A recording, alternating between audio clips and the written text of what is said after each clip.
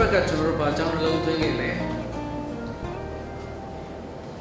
ဘာကြောင့်နှလုံးသွင်းခဲ့ကြပါလဲမျောလင့်ခြင်းတစ်ဖက်ကြည့်ရယခုတွင်ယုံကြည်ခြင်းမျောလင့်ခြင်းချစ်ခြင်းဤသုံးပါးတည်လျက်ရှိဤသုံးပါးတို့တွင်ချစ်ခြင်းမေတ္တာသည်အမြတ်ဆုံးဖြစ်သည်ဒီနေ့ညနေလူငယ်တွေစီစဉ်มาလဲပြန်လည်နှုတ်ကပတ်တော်ဖတ်တဲ့အခါဒီချမ်းချက်ကိုဖတ်ပါလားသိကောင်းတယ်ဆိုတော့ကျွန်တော်တို့မှာကျောင်းရာသုံးခုတခင်ပြထားထားပေးခဲ့အဲ့ဒါကအယုံကြည်ခြင်းရဲ့ယုံကြည်ခြင်းရဲ့ချစ်ခြင်းအဲ့ဒီတဲကကျွန်တော်ကြားဖြတ်ပြီးတော့ခံယူနေတဲ့ခေါင်းစဉ်ရပါလေမျောလင့်ခြင်းတရေးကြီးပါတယ်ပြီးခဲ့တဲ့ပတ်ကဘာကိုမျောလင့်တာလဲဆိုတော့ကျွန်တော်လေ့လာခဲ့တခင်ပြဘုံဘုံနဲ့ကြွလာမယ်အဲ့ဒီကြွလာခြင်းကိုကျွန်တော်မျောလင့်တယ်ဘာကြောင့်မျောလင့်တာလဲဆိုတော့သူပြန်ကြွလာတဲ့အခါသူနဲ့ဆိုင်တဲ့လူတွေကိုသူခေါ်သွားမယ်အဲ့တော့ဆိုင်တဲ့လူကဘယ်သူတွေလဲခရစ်တော်ရဲ့ဝိညာဉ်ကိုရတဲ့လူကခရစ်တော်နဲ့ဆိုင်တဲ့လူဖြစ်တယ်မဆိုင်သူများကတော့ချန်ခဲလိမ့်မယ်ဆိုတော့ဒီနေ့တော့ကျွန်တော်အပိုင်းနှစ်ကိုပြန်သွားရအောင်ယုံကြည်သူနဲ့မျှော်လင့်ခြင်းအပိုင်းနှစ်ပေါ့အတိတ်ရဲ့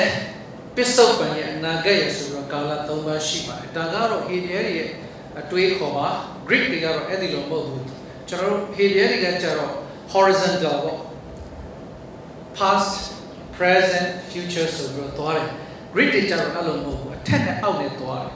တယ်ဒါကြောင့်ရှင်ယောဟန်ကိုဖတ်တဲ့အခါမှာထက်ကလာတဲ့ကောင်းကင်ဘဝလာတဲ့သူကကောင်းကင်ထဲမှာပြန်နေတယ်တပိုင်းသောသားတွေကိုစွန့်နေဆိုတဲ့ဟာကအထက်နဲ့အောက်ဆက်ဆံရေးဒါက Greek ရဲ့အတွေးခေါ်ကျွန်တော်တို့အများသောဖြစ်နေ Hebrew နဲ့သွားကြတာများပါတယ်အဲ့တော့အတိတ်ရှိတယ်အခုပစ္စုပန်ခြေတွေကျွန်တော်တို့ရှိတယ်အဲ့ဒီပစ္စုပန်ကအတိတ်မှာဘာလုပ်ခဲ့တယ်လဲဘယ်လိုလုပ်ခဲ့တယ်လဲဆိုတဲ့အရာပေါ့အတိတ်တုန်းကကျွန်တော်တခုခုကြားခေရမှုတော်မြတ်မှာရွေးချယ်ထားလို့ဆိုတော့မသိဘဲနဲ့ကျွန်တော်တခုခုသာအာယုံပြုခဲ့မယ်ဆိုလို့ရှိရင်နှုတ်ကပတ်တော်ဝင်ကတော့ present အခြေအနေမှာကျွန်တော်ရောက်မှာမဟုတ်ဘူး။အဲ့တော့အတိတ်တုန်းကပြင်ဆင်ဆင်ခြင်ခဲ့တယ်ဥပမာလေးတစ်ခုအခုကျွန်တော်နှုတ်ကပတ်တော်ဝင်ဟာနှုတ်ကပတ်တော်မဝင်ဟာခင်ချိန်ရှိတယ်အခုဝင်ဟာနေတဲ့အချိန်ရှိတယ်ပြီးရင်ဝင်ဟာပြီးတဲ့အချိန်ရှိဦးမယ်အဲ့တော့နှုတ်ကပတ်တော်မဝင်ဟာခင်မှာအခုလိုချိန်ဖြစ်လာဖို့တော့ကျွန်တော်ဆုတောင်းတယ်နှုတ်ကပတ်တော်ခံယူတယ်ဆင်ခြင်တယ်ပြင်ဆင်တယ်အတိတ်အခုပစ္စုပန်ကျွန်တော်ဝင်ဟာနေ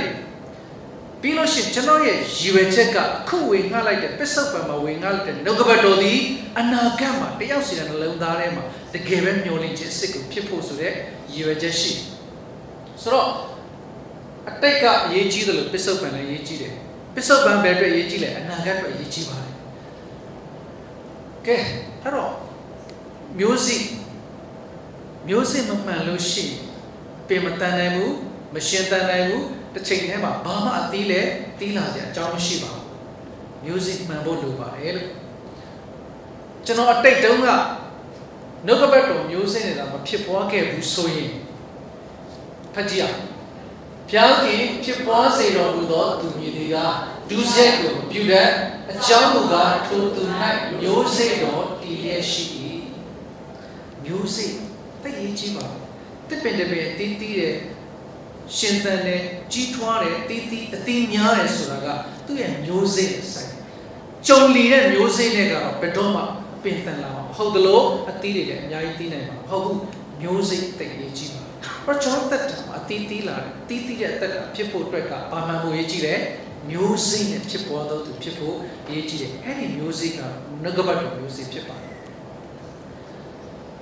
မဖောက်မပြန်ပျက်စီးတတ်သောမျိုးစေ့တည်လူသောအသက်ရှင်၍အစဉ်အမြဲတည်တော်မူသောဘုရားခင်နှုတ်ကပတ်တော်အားဖြင့်ဖြစ်ပွားသောကြောင့်ဘုရားခင်နှုတ်ကပတ်တော်မျိုးစေ့နဲ့ဖြစ်ပွားဖို့ဖြစ်ဖို့ရည်ကြီးတယ်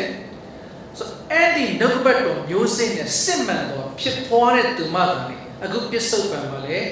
တကယ်ခိုင်ခိုင်မာမာနဲ့တကယ်ကိုအသီးသီးတဲ့တက်တာဖြစ်တယ်အဲ့ဒီလိုပဲအနာဂတ်မှာလည်းစိတ်ချရတဲ့အသက်တာဖြစ်လိမ့်မယ်အသီးသီးတဲ့အသက်တာဖြစ်လိမ့်မယ်အဲ့တော့ဒီပုံကိုကြည့်တဲ့အခါမျိုးစိတ်အဖြစ်ဖြစ်ပွားစေခဲ့တဲ့အတိတ်တုန်းကနှုတ်ကပတ်တော်တရားကိုကြားပြီးအသက်ကပြောင်းလဲလူတွေပြောင်းလဲလာတဲ့သူတွေဖြတ်သန်းခဲ့ရတဲ့အတွေ့အကြုံကဖတ်ကြည့်အောင်အကြောင်းမူကားငါတို့သည်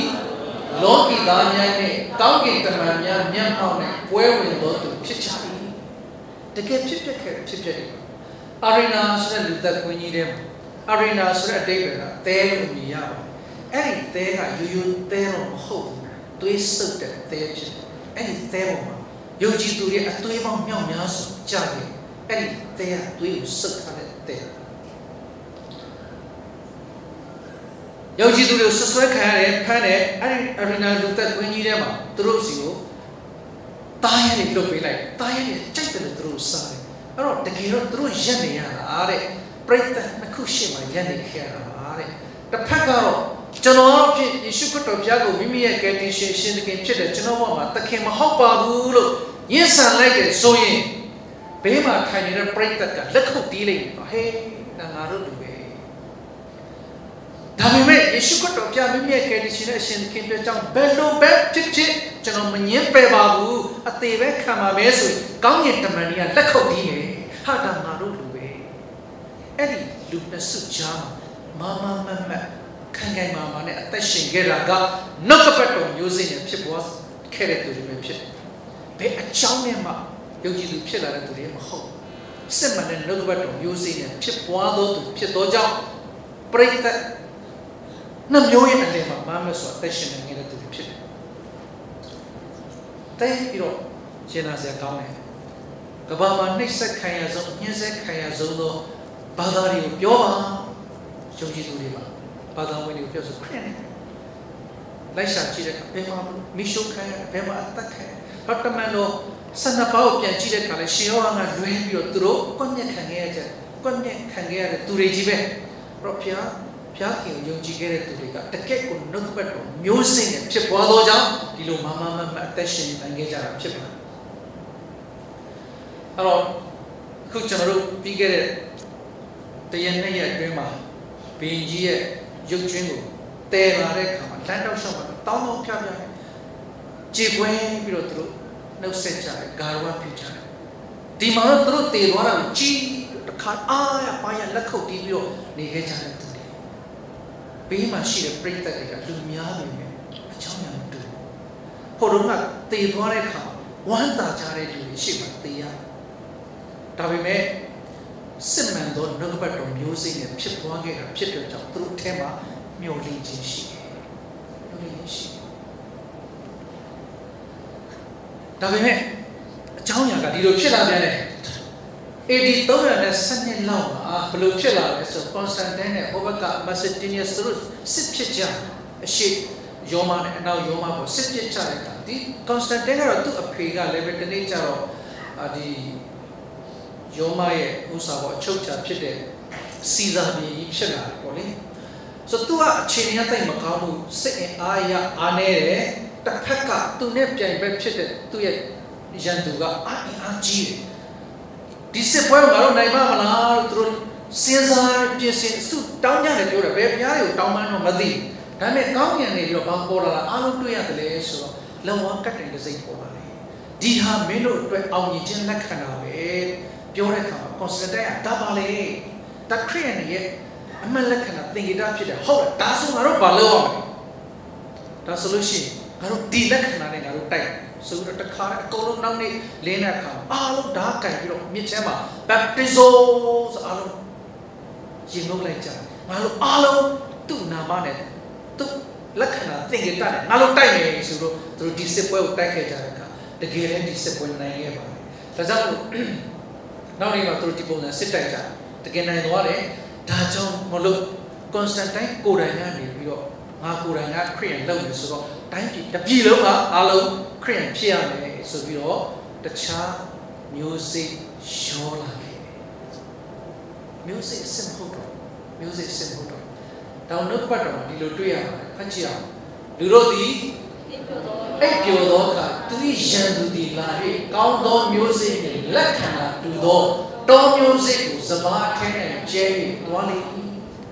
ဒီမှာလာကျဲမျိုးစိအစစ်မဟုတ်တော့တောမျိုးစိဖြစ်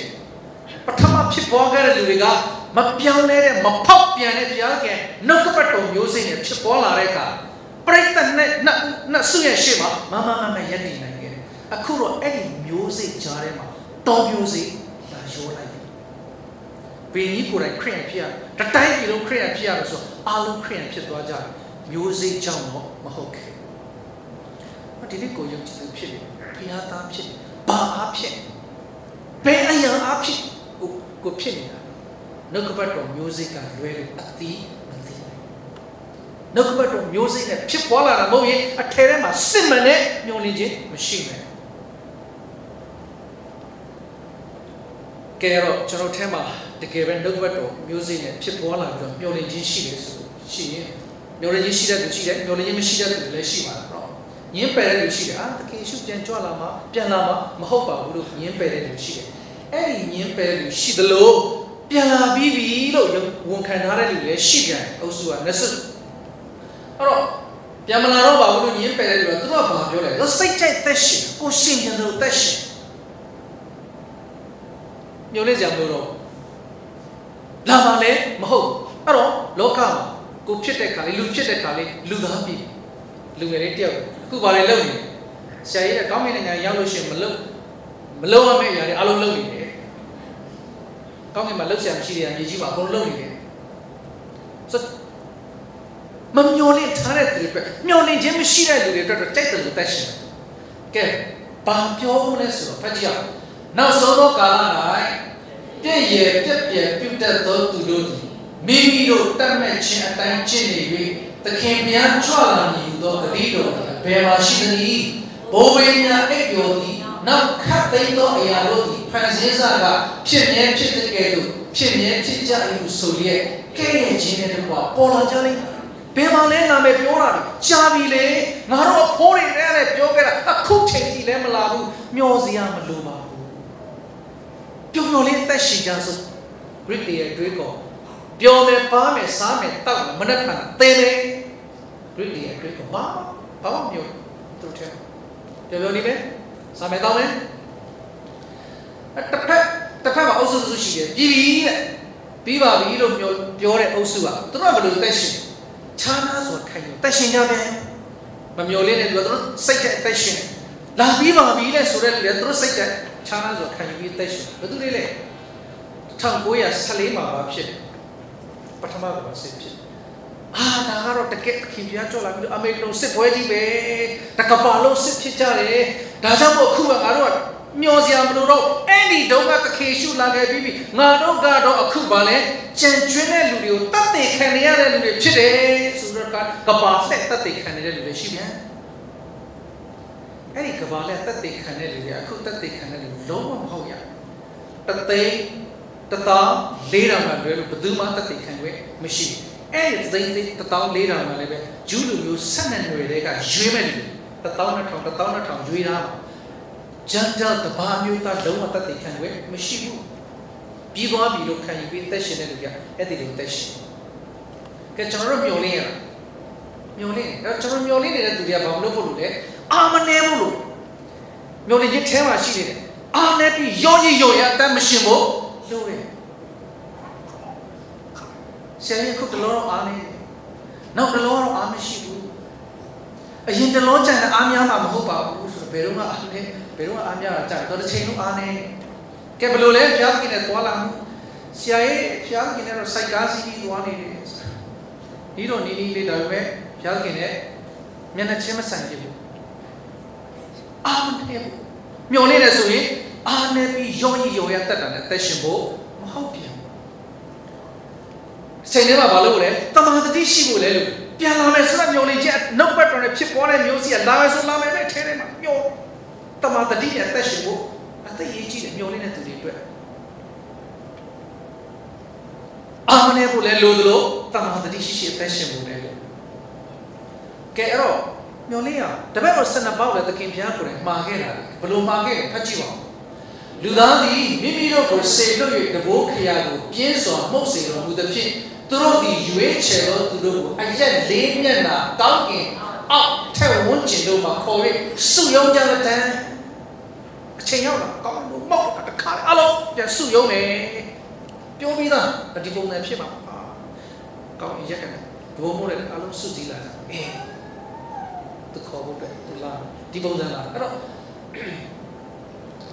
အတမချမ်းစာကိုဖျက်ပြီးတော့ခြုံငုံပြီးတော့ကြည့်လိုက်တဲ့အခါဒီဘက်အကချမ်းတွေတော့မပြောတော့ဟုတ်နော် အဲ့တော့ဒီမှာသခင်ရှုခရစ်တော်ဗျာဘာလုပ်ကြလဲကျွန်တော်ပြည့်အတွက်ကြောင့်သိခံပြီးပြည့်အခါပေးဆက်ပြီးတော့3ရက်မြောက်သောနေ့မှာရှင်ပြန်ထမြောက်ပြီးနောက်ပြီးတော့ဘာလာပြီလဲတန်ရှင်သောဝိညာဉ်တော်ကိုလည်းစေလွတ်လိုက်ပြီးတော့တန်ရှင်သောဝိညာဉ်တော်အုပ်စိုးနေတဲ့ကာလခုဖြစ်နေတယ်အခုဒါက the church age ဂျေဇုတော်ကာလကိုခေါ်တာပေါ့ဂျေဇုတော်ကာလဒီကြည့်ပဲအဲ့ဒီဂျေဇုတော်ကာလအတွင်းမှာတစ်ခုဖြစ်လာတစ်ခုပြည့်စုံတာသူနီးနေပြီဆိုတဲ့နေရာဘာလဲ Israel reborn ဣသရေလလူမျိုးတွေနိုင်ငံပြန်ရဖို့ဣသရေလလူမျိုးတွေသူ့တိုင်းသူ့ပြည်နဲ့ပြန်ရလာဖို့ဆိုတဲ့ဘုရားခင်က prophet တွေအဖြစ်ကြိုပြောထားတဲ့အရာပြည့်စုံသွားတယ်တစ်ချက်တွေရရဒီနေ့တော့ဒီချက်ကလေးပဲပြောချင်တယ်နီးနေတမန်တတိရှိအသက်ရှင်ဖို့ရောရအသက်ရှင်ဖို့မျော်လင့်တဲ့သူတွေကလေမှန်ကန်စွာမျော်လင့်တဲ့သူတွေကမင်္ဂလာရှိတဲ့မျော်လင့်ခြင်းရှိတဲ့သူတွေကတမန်တတိနဲ့အသက်ရှင်တယ်အာမနေတဲ့သူဖြစ်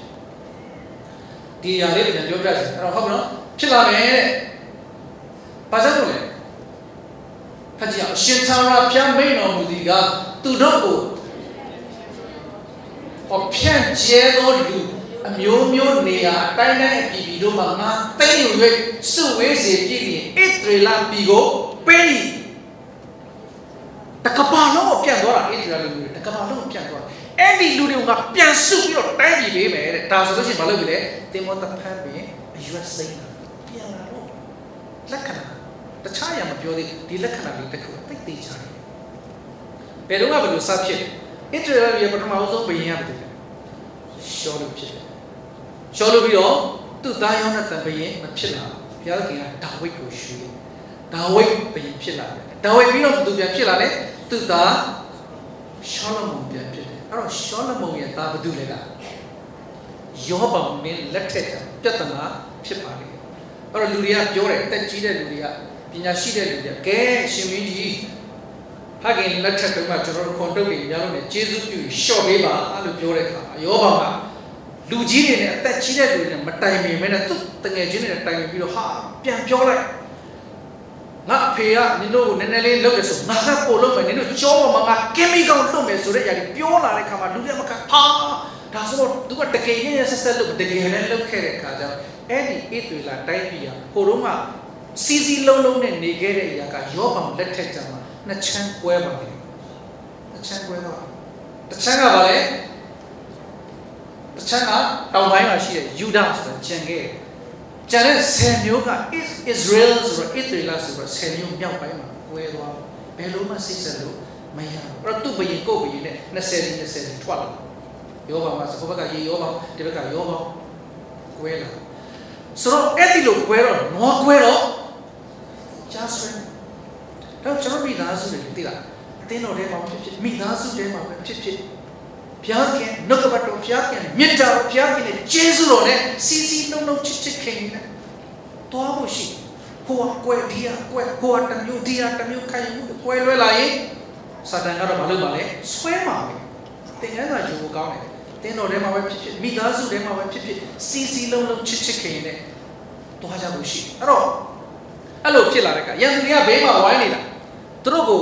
ဟိုတုန်းကနဲ့ဆက်ဂျင်းနဲ့တံမို့ဣသရေလလူဆိုဘုရားခင်မျက်နှာသာပေးတဲ့လူကလောကလူတွေဂျင်းနဲ့တံမို့ဒါကတော့ထုံးစံတိုင်းအဲ့တော့ဝိုင်းပြီးတော့ဆောကြပါတော့ BC 927မှာအာရှုရိတွေကဘသူ့ကိုသိမ်းတယ်ဣသရေလကိုသိမ်းအာရှုရိဆိုတာအစီးရီးယားတွေပါအခုချိန်ကြီးရှိနေပါသေးတယ်ဒီလူမျိုးတွေကကျမ်းစာထဲမှာပါတယ်အခုပြဿနာဖြစ်နေတဲ့လူတွေသိမ်းလိုက်ရောအဲ့တော့အဲ့ဒီလိုသိမ်းခံရတာကိုတံဘက်မှာဖြစ်တဲ့သူ့ညီကိုဖြစ်တဲ့ယူဒာကလည်းတိတ်ယူဆိုင်တာပေါ့ငါတို့လုံးလုံးငါတို့လို့နေတိတ်မကြပါဘူး BC 986ရောက်တော့သူတို့ကိုဘယ်သူတွေကပြန်သိမ်းလဲဘာဘီလိုနီးယားပြန်သိမ်းတယ်အဲ့တော့တိုင်းပြည်စီစီလုံးလုံးရှိခဲ့တဲ့နှစ်ချမ်းကွဲသွားတယ်အဲ့နှစ်ချမ်းကွဲတာနေအာရှုရိတွေသိမ်းတယ်ဒီဘက်ကဘာဘီလိုနီးယားအကုန်လုံးသိမ်းသွားပြီးတော့တခါအဲ့ဒီကနေစကွဲလိုက်တာတဖြည်းဖြည်းနဲ့ကဘာအရရက်ကိုရောက်သွားတစီပြီးစစ်ကွဲသွားနောက်ဆုံးမြန်မာနိုင်ငံမှာရောက်ဘန်ကောက်မှာလည်းရှိတယ်ဟိုကျွန်တော်နေခဲ့တဲ့ပီလန်းမှာလည်းရှိတယ်ဂျူးတွေစင်နာတော့ဆိုပီလန်းမှာအခုချိန်ကြီးရှိတယ်တကဘာလုံးကိုပြတ်နေသွားလိုက်တဲ့ဂျူးတွေဣသရေလလူတကဘာလုံးပြတ်ကဘာအရရက်ကိုပြတ်ကဘာရက်ကိုပြတ်အဲ့ဒီလိုပြတ်သွားတဲ့အခါကျတော့အဲ့ဒီ အဲ့ဒီလူတွေတဲ့ဘုရားခင်ယေဇေလနဲ့ပြောပြီးသားတနေ့ချလို့ရှိရင်ငါကဘာအရရကနေပြန်ဆုစည်းနေ1948ရောက်လာတဲ့အခါကျတော့ဘာလုပ်ပြီလဲကဲဖတ်ကြည့်အောင်အရှင်မျက်နှာမှာသင်အမျိုးအနွယ်ကိုငါဆောင်ခဲ့ပြီးအနောက်မျက်နှာမှာသင်ကိုစုသိမ်းပြီးအဲ့လိုမြောက်မျက်နှာကို၎င်းမထိန်နှင့်တောင်မျက်နှာကို၎င်းငါပြောပြီးဝေသောအယက်မြေကြီးစွန်းမှငါသားသမီးကြီးဟူသောငါနာမဖြင့်သမုတ်တော်သူငါ၏ဘုံအတရေကိုငါဖန်ဆင်းပြုပြီး၍ဧကန်စင်စစ်လုပ်ပြီးသောသူအပေါင်းတို့ကိုဆောင်ခဲ့လို့ငါပြောပြီးတောင်မျက်နှာမြောက်မျက်နှာအနောက်မျက်နှာရှေ့အကုန်လုံးငါဘုံတော်ထင်ရှားဖို့ငါရွေးချယ်တဲ့သူအကုန်ပြန်ခေါ်ခဲ့လို့ငါပြောမယ်ပြောပြီးသားဘလောက်ပဲကဘာပြတ်သွားပါစတနေ့ကျတော့1948အကုန်လုံးပြန်ရောက်လာကြည့်ယထာနဲ့လာတဲ့လူတွေရှိတယ်ယူဒာကိုပြန်လာတာသူတို့နေတဲ့တိုင်းပြည်တည်တည်ရောက်တဲ့တိုင်းပြည်တည်တည်အရက်တည်တည်နဲ့ပြန်လာတာတချို့ချီချင်းပြန်လာလို့ရတယ်ဣသရေလတိုင်းပြည်ပြန်ရပြီ1948မှာမော်ရိုကိုအမေရိကန်နေအုပ်ဆောင်ပြီးတော့ပေးလိုက်တာလွတ်လပ်ရေးကြီးတာ1948မှာကျွန်တော်တို့လွတ်လပ်ရေးရသူတို့ကတိုင်းပြည်ပြန်ရတိုင်းပြည်ပြန်ရအော်ဒီနေ့ချိန်ပြအောင်ပြန်နေတော့ယူလူမျိုးတွေဣသရေလဒီနေ့ချိန်ပြန်နေတော့မကုန်နိုင်သေးကုန်နိုင်သေးဆိုတော့တမန်တော်မှာဟစ်လာအစုလိုက်ပြုံးလဲတက်တဲ့ဂျူးတွေအများကြီးတည်သွားသေးတယ်နော်ပြီးတော့ဒီပုံကျွန်တော်ကြည့်တဲ့အခါတော်လေးခေါ်အားဖြစ်တယ်ဟေရှာယထဲမှာပါငါတဲ့အတောင်ပံပါတဲ့ငှက်တွေနဲ့ငါလူတွေကိုငါအရက်မျက်နှာတီးတီးကနေခေါ်ခဲ့တယ်ဘုရားခင်လူတွေကြိုပြီးတော့ prophet ပြုထားတဲ့အချိန်မှာလေပြန်ဆိုတော့မပေါ်သေးပါဘူးဒါပေမဲ့အခုတော့သူတို့ကိုဘုရားခင်ကလေပြန်နေတဲ့ hyper လေစိတ်ကိုပို့လာအတောင်ပံပါတဲ့ငှက်တွေလေချောင်းရေချောင်းကုန်းချောင်းရေချောင်းတွေပို့တယ်တင်မောကြီးတဲ့တစ်ခါတိုက်ပြည်တီးတီးမှာရှိတယ်သူတို့နေတဲ့တိုင်းပြည်ကနေပြီးတော့တင်မောနဲ့လာလို့ရှိရင်တင်မောနဲ့သူတို့သွားလို့ရသည်ထီအောင်ပို့ကြအဲ့တော့ကဘာရဲရမှာအရက်လေးမျက်နှာမှာရှိတဲ့သူ့နာမနဲ့ခေါ်သမုတ်တဲ့လူတွေတော့ဘာလို့သွားလဲစုကြည့်တိုင်း a sign this is a sign တေးကြတယ်ကိုတော့ဘာလို့လုပ်လဲ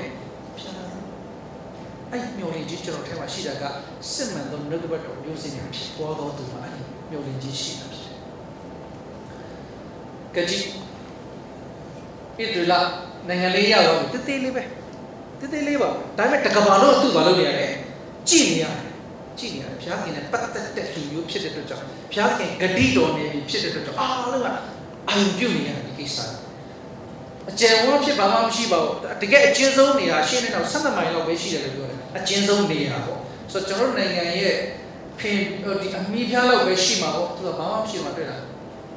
ဒါမြန်မာနိုင်ငံတူတူလေးပါပဲဒါပေမဲ့ဘုရားခင်နာမတော်ထင်ရှားဖို့ရွေးချယ်တဲ့လူစုသူ့မြင်တဲ့သူပြန်ရောက်သွားပြီ prophet future တွေကျွန်တော် calculator ရှိတယ်ယူလာလို့မေ့သွားတယ် past present and future ဆိုတော့အဲ့တူလာလူမျိုးတွေအတိတ်အနာဂတ်ပစ္စုပန်ဆိုတော့သူ့အကြောင်းအားလုံးနှုတ်ပတ်တော်နဲ့ရေးထားတဲ့အရှိ။ Okay ဒါကြောင့်ဖတ်ကြည့်အောင်ငါတို့ကိုကယ်တင်တော်မူသောအရှင်သခင်ယေရှုခရစ်ဘုရားတရေတော်ထင်ရှားပေါ်ထွန်းခြင်းကို၎င်းငါတို့ဒီမျော်လင့်ရဲ့ဘာလို့မျော်လင့်တာလဲဘုံအတရေနဲ့ထင်ရှားမဲ့အရာကိုငါတို့ကမျှော်လင့်နေဆိုရင်တဲ့ဖျားမဲ့တရားမဲ့နေခြင်း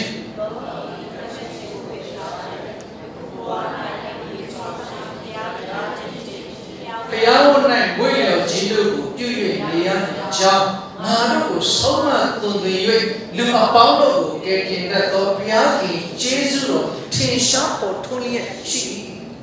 ကဲဘုံတော်နဲ့ကြွလာမယ်ဆိုတော့မျှော်လင့်ခြင်းမင်္ဂလာရှိတဲ့မျိုးလေးကြီးအထဲထဲမှာရှိတယ်ဆိုရင်တဲ့ငါတို့ကဘလို့နေရတော့လဲဖျားမဲ့တရားမဲ့နေခြင်း ungodliness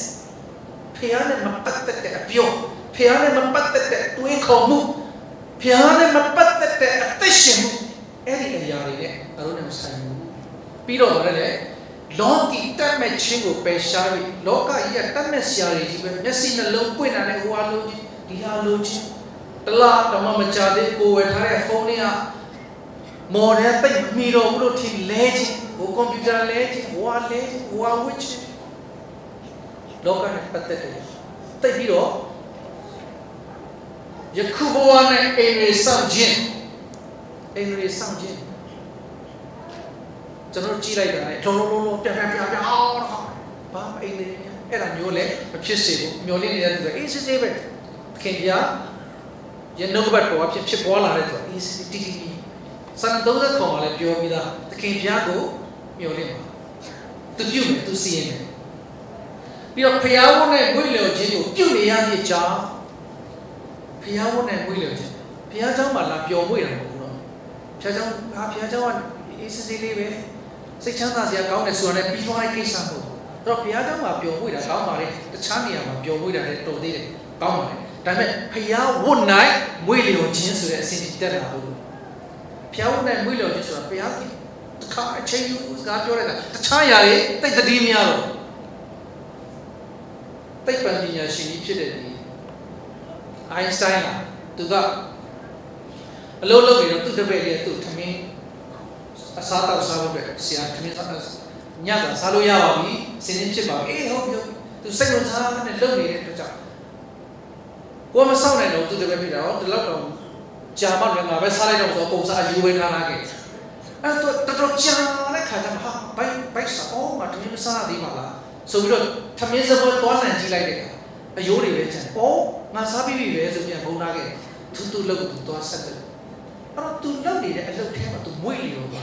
။မစားရတဲ့သူတတိယရော။အဲ့တော့ဖျားဖို့နဲ့မွေ့လျော်ဖျားနဲ့ပတ်သက်လာဖျားကအချိန်ယူရတဲ့အခါမေ့ပြောအဲ့ဒီတက်တာရှိလာဖို့တဲ့။စူးစမ်းကြပါလို့ပြောပါ။စူးစမ်းကြပါလို့ပြောပါ။ဘာပြောထားလဲ။ဖျားခင်ဂျေဇုတော်ဒီအဲ့ဒီလိုဖြစ်လာအောင်ကျွန်တော်တို့လုပ်ပေးနေတယ်ဖျားဖို့မှာမွေးလျော်ဖို့ဂျေဇုတော်ကပြုပြင်ပေးတယ်အဲ့ဒီစောင့်လာဖို့အတွက်ဂျေဇုတော်ကပြုပြင်ပေးတယ်လောကီတမန်မှုကိုရှောင်ရှားနိုင်အောင်ဖျားခင်ဂျေဇုတော်ကပြုပြင်ပေးသလိုဖျားမဲ့တရားမဲ့မနေအောင်ဖျားခင်ဂျေဇုတော်ကကျွန်တော်တို့ကဲတင်ယုံညမကအခုလည်းပဲကျွန်တော်တို့ပြုနေသေးတယ်ဆိုတော့အားပေးခြင်းအဲကြောင့်မင်္ဂလာရှိတဲ့မျော်လင့်ခြင်းကနှုတ်ကပတ်တော်အဖြစ်ဖြစ်ပွားစေတဲ့သူဖြစ်တယ်နှုတ်ကပတ်တော်အဖြစ်ဖြစ်ပွားစေတဲ့သူသခင်ဘုရားပြန်လာပါလို့မျော်လင့်နေတာဖြစ်တယ်မျော်လင့်နေတဲ့သူကဖျားမဲ့တရားမဲ့နေတာမဟုတ်ဘူးအိမ်ရီစောင့်နေဖျားဖို့မှာမွေးလျော်တယ်အဲ့ဒီလိုဖြစ်အောင်လည်းဘုရားကြီးကျေးဇူးတော်ကကျွန်တော်ထဲမှာလုပ်ပေးနေတယ်လို့ကျွန်တော်နိုင်ငံမြစ်တန်နဲ့ဝင်ငှတယ်အဲနောက်ဆုံးဒီကုန်းကနှုတ်ကပတ်တော်မျိုးစိတ်အဖြစ်ပွားပြီးတမန်တတိနဲ့အသက်ရှင်တော်သူဖြစ်ပါစေကိုဘာနဲ့ဖြစ်ပွားလဲဘယ်လိုအသက်ရှင်နေတယ်လဲအားလုံးကလည်းမတည့်ရရကိုရတူနေရပုတ်ပြတ်တဲ့ခန္ဓာကနေမပုတ်ပြတ်တဲ့ခန္ဓာမပုတ်ပြတ်နိုင်တဲ့ခန္ဓာဖြစ်ကိုယ်ရင်ပြောင်းပေးမှဖြစ်ကိုယေရှုတင်ပါတယ်ကိုရောတွေ့မျက်ဝန်းထင်မြင်ရဖို့ပဲစောင့်မျှော်နေရမျှော်လင့်ခြင်းရင်ခုန်စွာနဲ့စောင့်နေရမျှော်လင့်ခြင်းဒါတော့မင်္ဂလာဖြစ်တယ်လို့ဝန်ခံပါတယ်မင်္ဂလာရှိမျှော်လင့်နေတဲ့အခါမှာဒါတို့ဖျားမဲ့တရားကိုမနေဘူးဘုရားမှာဝိလေကိုတမန်တော်ရဲ့အသက်ရှင်ကိုကိုရောယေရှုကပြုပြင်ပေးတယ်ကိုရောယေရှုတယောက်စင်